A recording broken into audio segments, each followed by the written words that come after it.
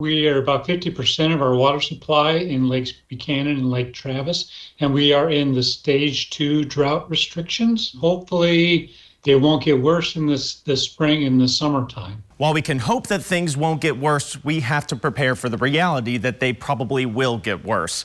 Reason why we're not optimistic about rain in the coming months is because of the developing La Nina, cooler than average sea surface temperatures in the equatorial Pacific, which changes the behavior of the jet stream up here in the northern hemisphere. This belt of fast moving air is responsible for bringing storm systems our way. The closer it is to us, our better rain chances are. When it's farther away from us in a La Nina winter like we're expecting it to be, that typically leaves the southern end of the lower 48 drier than average and also warmer than average. And unfortunately, X marks the spot right here in the Lone Star State where both are more likely over the next few months. So no surprise that the Climate Prediction Center's 3-month outlook through the rest of winter puts us at a 50% chance of below average precipitation. If you had not seen a significant change in water use patterns, you would have been having conversations around mandatory curtailment measures, mandatory conservations over and above anything that we had had in the previous couple of years. The LCRA says that a whopping 70% of our water supply goes just to keeping the grass green. Austin Water puts the number closer to 30% for an average homeowner's water use. We are long overdue for a cultural shift in the way that we use water and the way that we landscape. The City of Austin have a great resource called the Grow Green Native and Adapted Landscape Plant Guide.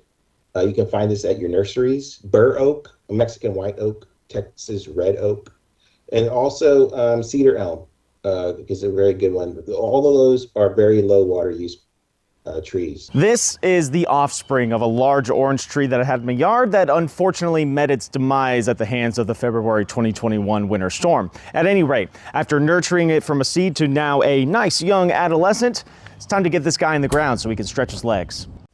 Fruit trees are thirsty, but one can still thrive here in my backyard with water conservation in mind. First, finding a good spot, making some room, and moving the tree is all easy enough. After placing the tree, loosening up the roots a little bit, I'm now going to add some of the soil that I just dug out of the ground to help it get acclimated to its new long-term home. The most important step, though, is mulch. Too much and you risk hurting the trunk of the tree. Just enough and you not only fertilize the tree over time, but you help protect the soil from the hot Texas sun. That means less frequent watering and less water use overall. One popular program that we have right now is a maintenance program, which if you were to buy 2 cubic yards of mulch or 2 cubic yards of compost, we can give you some money for that. Austin Water is trying to conserve water while trying to help you save money. Now we're entering into a period called wastewater averaging for Austin customers, in which over the next 2 or 3 months, we will be looking at how much water they use, and that sets their wastewater charge over the next year. So if you turn off your irrigation system now, reduce your water use now, you're going to be saving money in the future.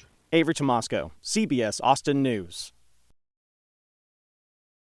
Thank you for watching. Please hit the subscribe button and get the latest news by downloading the CBS Austin News app.